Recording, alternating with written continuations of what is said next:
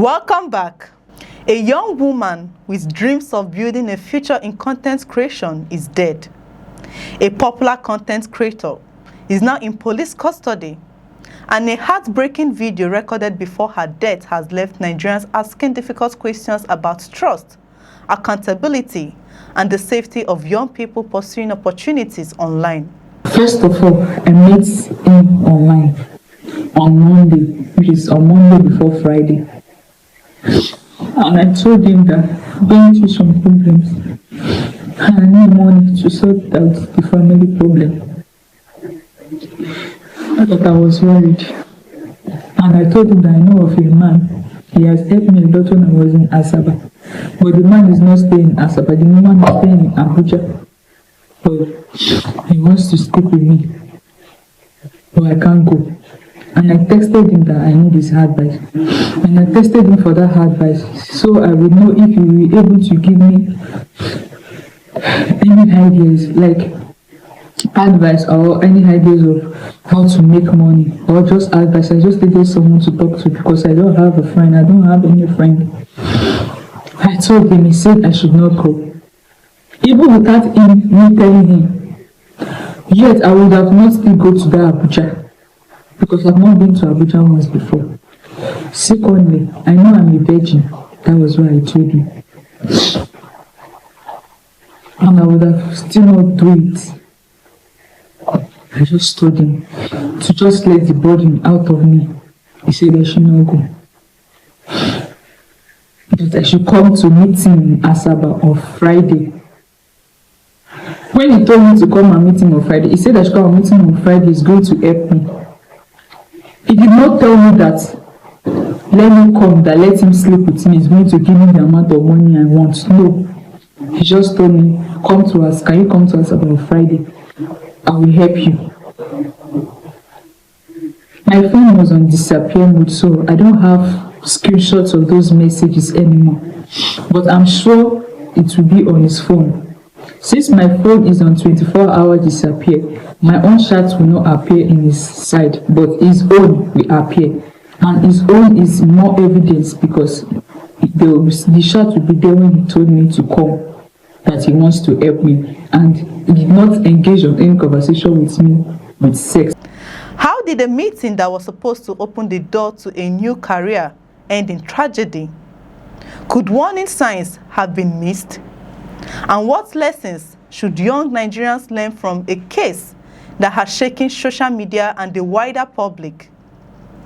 As investigators continue their work, emotions are running high, but separating verified facts from speculation has never been more important.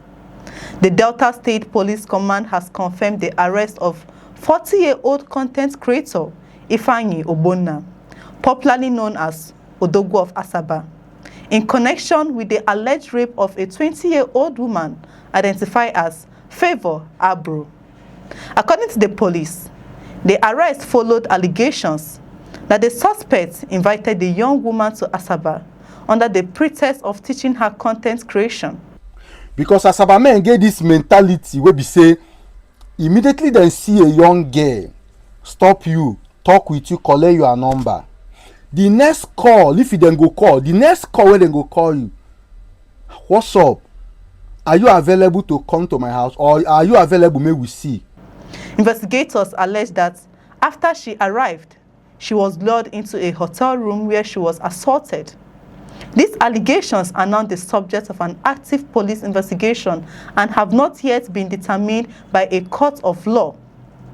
According to the Delta State Police Command, Favor was a nursing student who reportedly hoped to learn content creation.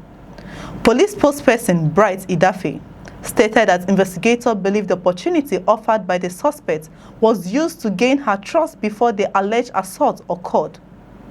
The command further stated that after the incident, the young woman recorded a video describing her experience. Police alleged that she later consumed insecticide and died while receiving medical treatment. These are the findings presented by the police at this stage of the investigation. Perhaps the most painful aspect of this case is the video reportedly recorded by Favor before her death. According to reports, The recording detailed her account of what she said happened during the encounter. While the contents of such a recording may become important evidence during the investigation, it is equally important to remember that investigators were necessary. They called to determine the full facts of the case. Public emotion surrounding the tragedy is understandable, but legal processes remain essential to establishing responsibility based on evidence. The arrest was confirmed publicly by the Delta State Police Command through his spokesperson, Bright Idafe. In a statement shared on X, Idafe said the suspects had been taken into custody in connection with the alleged rape and the subsequent death of the young woman. The command indicated that investigations are ongoing.